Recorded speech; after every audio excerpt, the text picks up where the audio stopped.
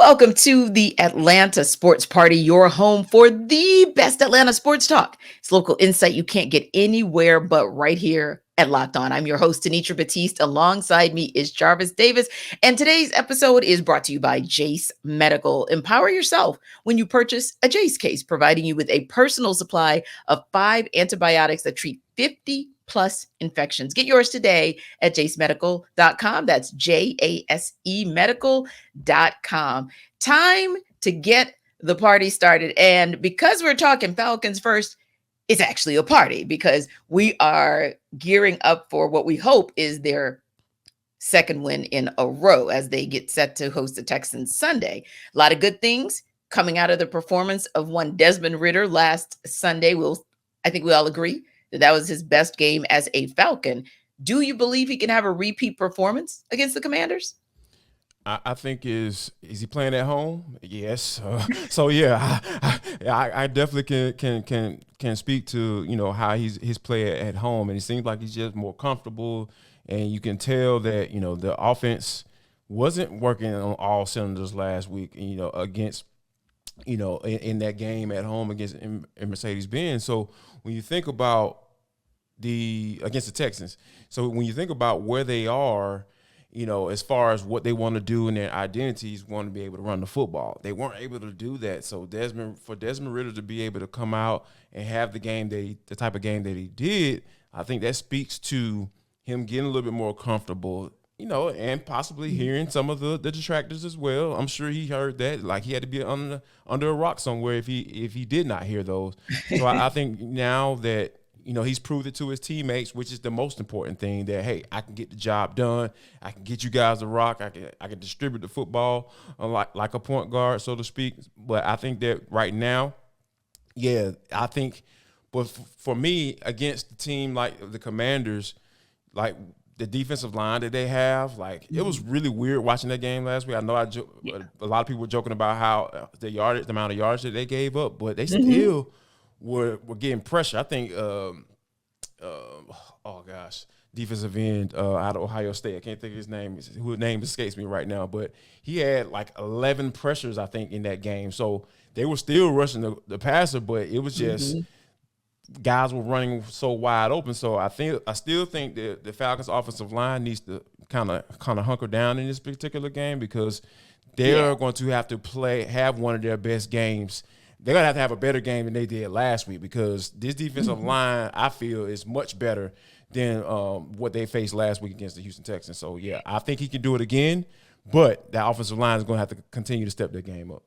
Yeah, and I think it depends on if they continue to not be a vanilla offense, right? I think that if you can get into that space, I think that's what helps them out, because personally, and not even personally, the numbers, as far as the Commanders and where they stand now as a whole, they are a middling defense, right? On both rushing and receiving. So I think that will give the Falcons an opportunity. But I think more importantly is, if you look at the numbers, in addition to the fact that, they're just kind of middling when it comes to where they stand with rushing and receiving, you can score on them. I mean, 35, 37, 34, 40, 33. 4 times team scored over 40 points, and they let the Broncos, who can't seem to get right on anything, score on them 20 points. And you know what we always say? If the Falcons defense can hold a team to 20 points, they got a chance. Right. So I think he'll be fine. I do expect him to have a little bit of an uptick this week against that defensive front, but we shall see, because it's a good defensive front, at least in name. Now it's time to see if guys like Montez Sweat and Chase Young are actually going to show improve along with Deron Payne. So we shall see. We shall see. Now, the Falcons made an interesting roster move in adding Van Jefferson at this point in the season, because their receiving core is pretty stacked. So it appears. But what do you think was the driving force in bringing Van here to Atlanta? I think they have a little bit more versatility on offense, because when you think about the guys that they have, you got Drake London, You have Mac Hollins. You got Scotty Miller. You have Cardell Hodge. Like, those are, for the most part, outside of Drake London, you got pretty much guys, right? Because Mac Hollins has been a special teams guy. He's played special teams his entire career for every team that he's played on. So he's never really been leaned on to be a wide receiver 1 or a wide receiver 2. Right. So I think that when you bring in a guy like Van Jefferson, who I think he had caught 50 balls for like 800 yards in 2021, he dealt with some injuries last year, and then obviously with the uprising of Puka Nacua and Tutu Atwell, they found that he could be a guy to be expendable, because that's a lot of times what I look at. Like, okay, yeah, Van Jefferson, a solid player from what I look at, but why is the team getting rid of him? Exactly. And I think that when you look at like those breakout names that I just mentioned for the Rams, it kind of makes sense. But as far as the Falcons go, I really feel like he's going to be the guy that you can line up at the X or the Z. You can line him in the slot as well. So that versatility, right? And I think that this makes all the sense in the world, because I've been banging the table, say, hey, line up Kyle Pitts in the slot, line him up as a tight end. Like, don't line him up outside anymore, because obviously he is not as full speed to be able to, compete with those guys on the outside. So, hey, let him be and use him to your advantage and line up in the slot and in that tight end spot, connected to the offensive line of scrimmage. So for me, I really feel like this was a move that Arthur Smith saying, hey, you know what? This is me trying to evolve my offense, trying to be a little bit more versatile, not be vanilla like you mentioned earlier. So I think we're going to find that I feel like we're going to see an uptick in Kyle Pitts' production as we go along, because I really feel like Desmond Ridder is starting to really connect to him from that quarterback tight end's perspective, and not necessarily from that quarterback tight end who can line up on the outside. Yeah. And I like it as well, because when you look across the wide receiver core, other than maybe Drake London, is there really anyone who is so speedy as Van Jefferson, who can now give the Falcons that additional deep threat? As we see Desmond Ridder getting into a rhythm, you want that opportunity. If you are, it's 1st and 10, right? Or even, 2nd and 10, and you just want to see what you can get. I feel like this is the guy who Ridder can throw it down the path and he can go get it. So I do like the move. And I think too, this shows you that the Falcons are not in, as some people wanted to say, like a full rebuild or reset mode. They're going for the gusto. They see themselves at the top of the NFC South, and they see themselves as a potential playoff team. So why not? Why not go after somebody that they can get that can actually add something to the team immediately on the side of the ball where they need the help the most? Now, switching gears, one Frank Clark is available as well. The Broncos had already decided before today that they were going to list him as out for their game tonight against the Chiefs. However, one other thing that they did today was kind of do a restructure of his contract. So I believe he'll be making the minimum for the rest of the year. And they've got some other pieces to it as well, just to make him attractive to a team. Attractive enough to come to Atlanta?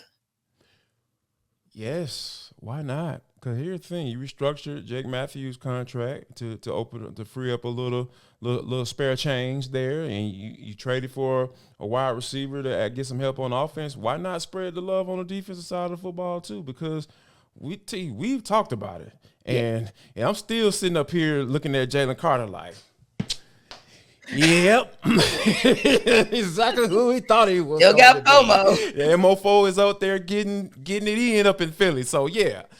And then you talk about specifically from the edge spot. Like we know what's sorely lacking there on 3rd and long. Like I said, I no shade against Calais Campbell. Probably he's going to make a case for him to go into the Hall of Fame as a player, especially once he hit that 100 sack mark. But, like, he doesn't need to be on there on 3rd and long. I'm sorry. Like, if he's getting there, that quarterback is holding on to that ball, and you're getting some coverage. Like, he probably get some coverage sacks for you, but as far as, like, that 2.5, like, when the ball's supposed to be out, like, I need somebody that can get there in that 2.5. Like, and I think that Frank Clark could be that guy. So, yeah, absolutely. That is – look – I'm pretty sure you knew the answer to that question before I even started talking. But if the Falcons are able to bring in a guy like Frank Clark, absolutely. If the opportunity is there, Go get it. And this is another situation where, hey, you look at why they're getting rid of them. Hey, it's a youth movement. They stink. Yeah, I was about to say, for them, it's obvious. He wants to win. So, bring him in. It's a wholesale situation. Yeah, exactly. I think we all know that's a wholesale situation. So because they're kind of blatantly obvious with what they're doing, I think, if you put your name in the hat when you found out that you could get Van Jefferson, why not throw your hat in the ring for this one too? You're talking about a guy in Frank Clark who comes previously from the Kansas City Chiefs. So this guy is that guy. It's just, he needs to be back in a place, like you said, where he can win, because I can't imagine, the frustration of going from a winning organization like the Broncos the Chiefs, and then going to the Broncos, exactly. A dumpster fire is the perfect way to talk about it. So I think it's one of those situations where, one more thing that I wanted to say too, when Van Jefferson met with the media, he talked once again about liking what he's seeing and what the Falcons are building. This is becoming a destination for top players. When you get a Caden Ellis, a David Onyemata, a Jesse Bates III, and you hear players like Van Jefferson saying, I'd like to reset in Atlanta, that's another piece that I think is going to bode well for both Arthur Smith and Terry Fontenot in the future. So we will see. But if you're a betting person and you're betting things will hit different for the Braves tonight, maybe you should check out what FanDuel has to say about that, because we want them to get a dub. But Jarvis, what does FanDuel maybe say about coming to them and getting help on what the Braves are going to do?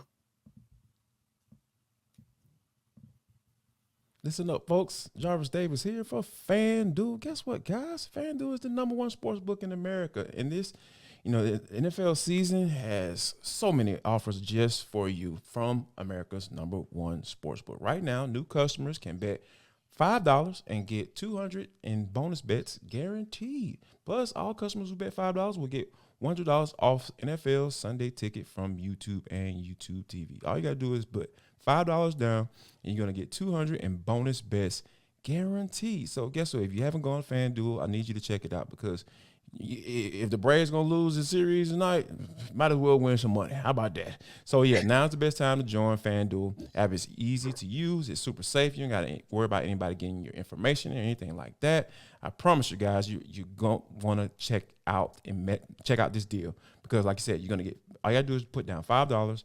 $5 and you get $200 in bonus bets. You can use it for the spread, the money line, the over-unders, anything. Whatever you want to use it for, to bet on FanDuel.com/lockedon. That's FanDuel.com/lockedon. Go check out the website right now, because FanDuel is the official sportsbook betting partner of the NFL. Well, Jarvis, we tried to avoid the inevitable. We talked about the Falcons first, but you can't get around talking about the Braves and what happened. It was like on repeat, because you're talking about the same situation. Exactly 8 runs.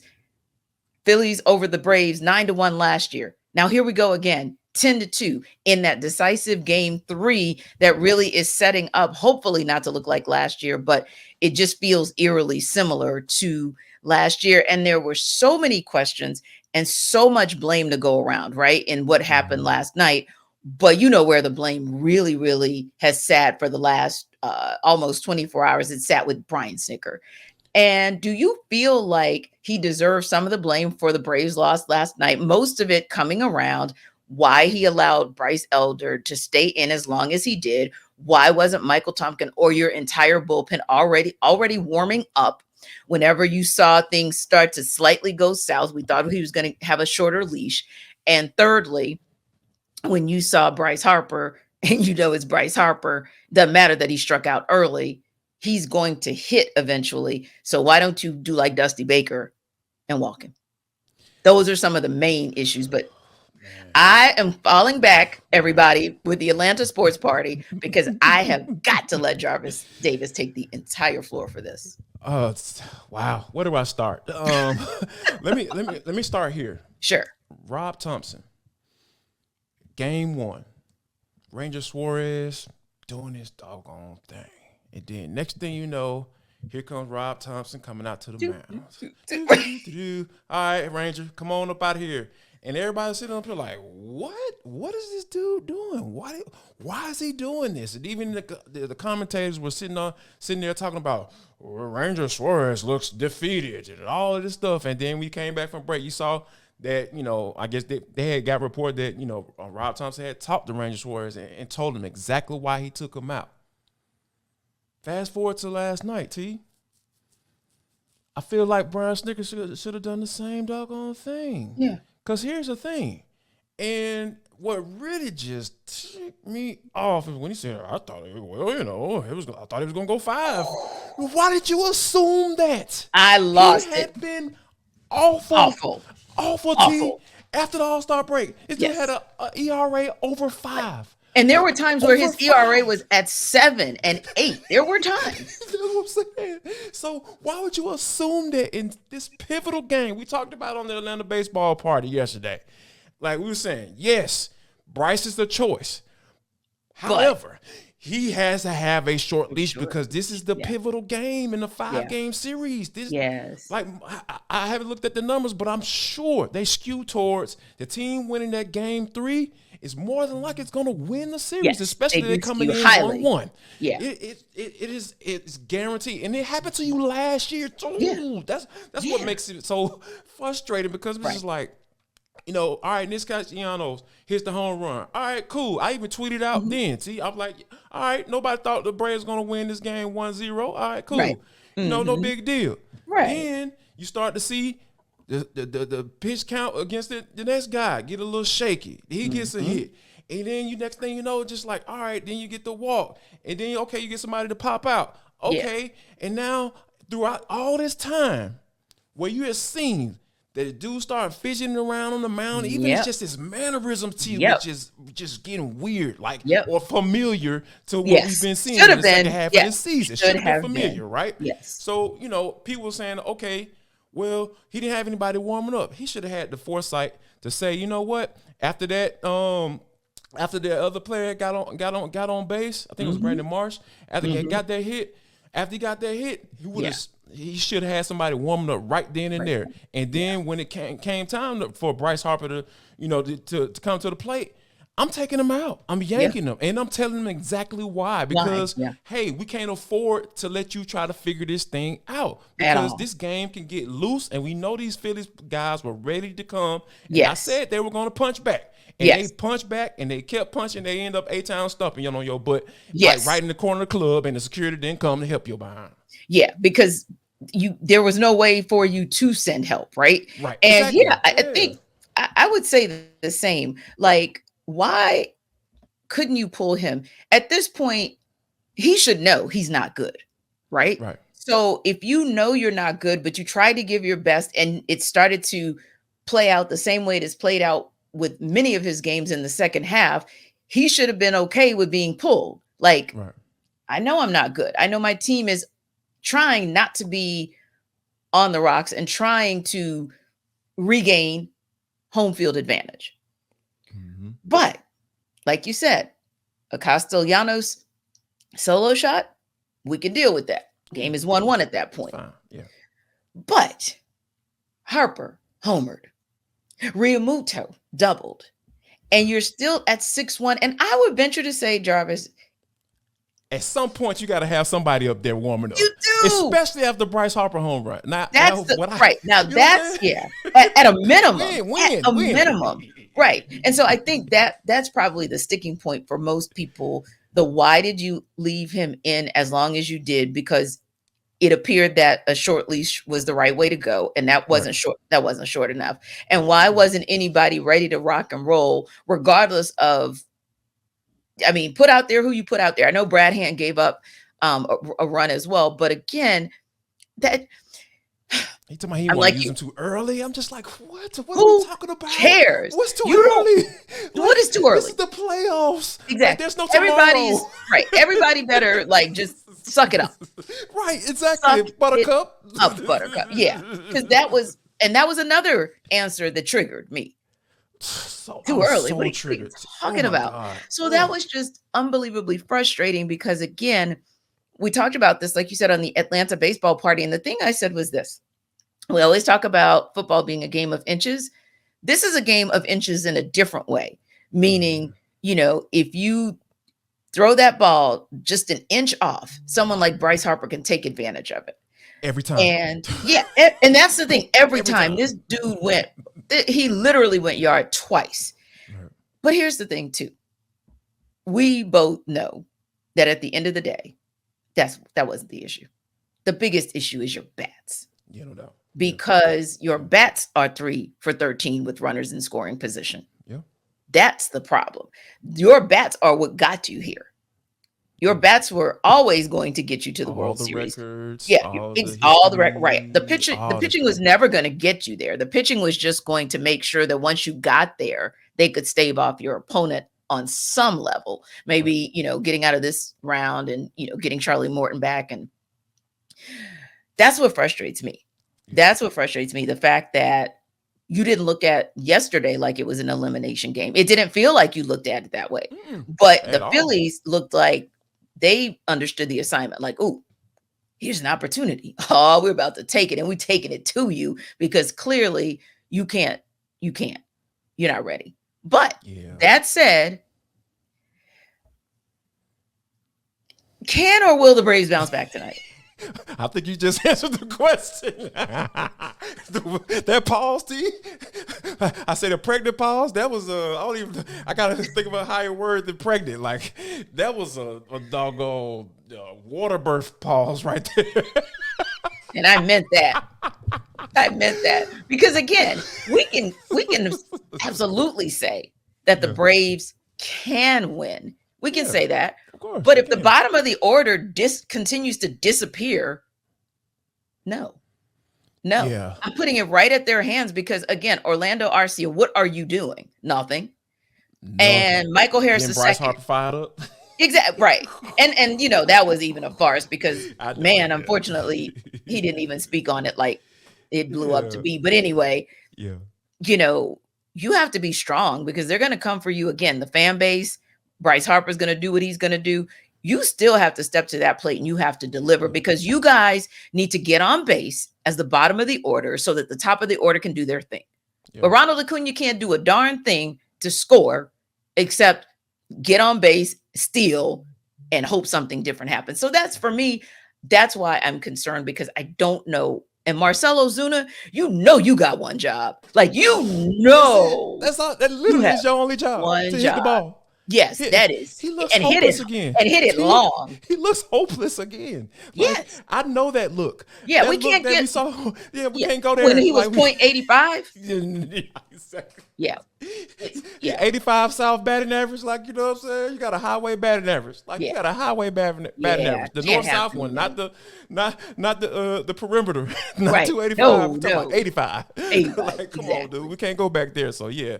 I think to kind of sum it all up, T, I'm glad that we had this conversation because, I need to get this stuff on my chest so I won't have high blood pressure. So, I think that, true enough, that batting order has to get it right. Like the bottom of the order guys, they got to do something. Like you got to give us something. Like you can't play like you've been playing all year and then just disappear.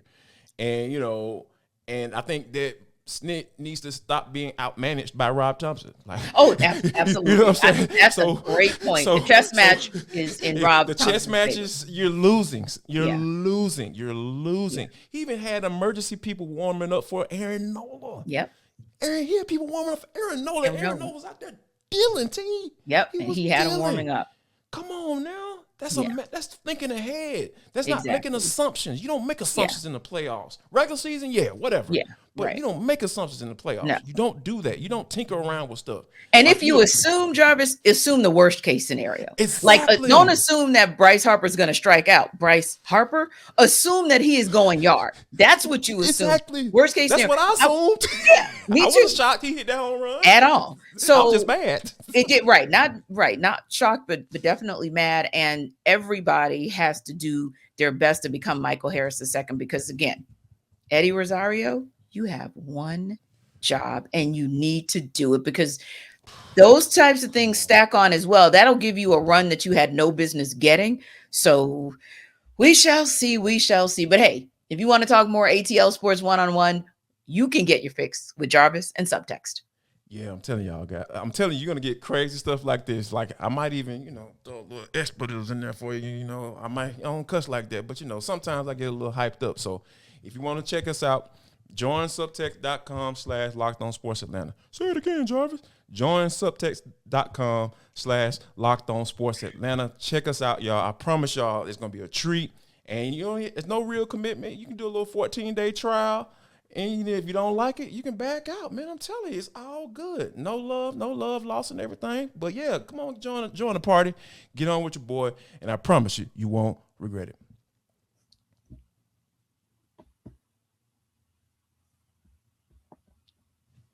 All right, now, Jarvis, we are going around the metro rapid fire style. We found out this morning that the Hawks State Farm Arena experience is going to get even better because they announced that G. Garvin, the acclaimed G. Garvin, is going to be the Chief Culinary Officer. So what that means essentially, he is star of TV, radio, had his own restaurant in LA for a long time, and now is coming back home because he's an Atlanta native, coming back home to make sure everything around State Farm Arena is at its peak. So when you click on a link in the presser, it actually takes you to State Farm Arena's page that shows you all the restaurants that they have. So I'm just curious to know your thoughts on them naming an actual Chief Culinary Officer.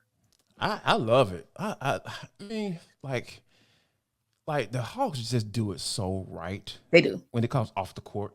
They do. Like, from a sports guy perspective, like, I just wish they would just match it up on the court. Like, come on, catch up with y'all. They have such a good feel and good vibe for the city. Yeah, I think the Hawks speak to it. They speak to it so much, and I think they do it just as well as any other professional sports team in this city. And I have no issues saying that out loud. So, but yeah, like to have a guy like G. Garvin though, like I was introduced to him not in person, but like found out about him through my brother because my brother, is really into cooking and all that stuff, of course, and I've picked up a nice little, taste for it as well. And it's just really cool to just see a brother who's from Atlanta, born and raised and everything like that, out there just cooking and doing this thing and trying out different recipes and all that stuff. And I'm just like, man, this dude is doing this doggone thing. So for the Hawks to kind of reach out to him and say, hey, what do you think about this? And for him to accept and kind of do that, like, because Lord knows, like, people in Atlanta, we like to eat. Like, there are a lot of food. This is a foodie town. Like, I know you're a foodie, I'm a foodie, but when you think about like so many restaurants to choose from, I'm up here trying to figure out the restaurant I'm gonna take my wife to. Our anniversary coming up and everything. So I'm just like, all right, what restaurant go to? Just like, it's so many. It's like a million of them. It really is. And even when you look at the list of the restaurants that are in the arena, I mean, you get Old Lady Gang, you get Zach Brown. So it's almost, they've got restaurants inside the arena. And to think that they're saying, hey, we want to make it better. But having been on that team where they're always the in-game experience team, it's always about next level. They, for years, at least for the last 5 years, had the number one game day experience in the NBA. And I would agree with you. I think that I can definitely see changes with the Falcons. United was always good, but they're even getting better. And I think the Hawks are taking the lead. And I see some of this when we go into other parks and other fields, arenas, etc. You can see the imprint because you look at things like the kit that United recently broke out. So I'm liking it because, like you said, when you walk into the arena, especially getting through the traffic that you have to get through to get to State Farm Arena, you probably don't have time to stop at home and eat or even stop, on the street and like get something to eat. That's going to be your destination. And how cool is it that when you get there early, somebody actually has just an amazing menu and meal for you? I like it. Yes, I was like, I can't wait to get down there to see what the difference is because, we've been covering the Hawks and, going to games as well. So we kind of got a good vibe for how the food is. But, I want to see G Gervin, see if you're gonna take that thing to a next level. Yeah. The only thing I ask you, G Garvin, is for you to also do the same in the media room. We'd appreciate it. So make sure to check out our Locked On Amen and amen. Amen. Right. Check out our Atlanta channel on YouTube. We appreciate you, as always, stopping by the Atlanta Sports Party today. We'll see you on the Atlanta Football Party on Monday. See y'all.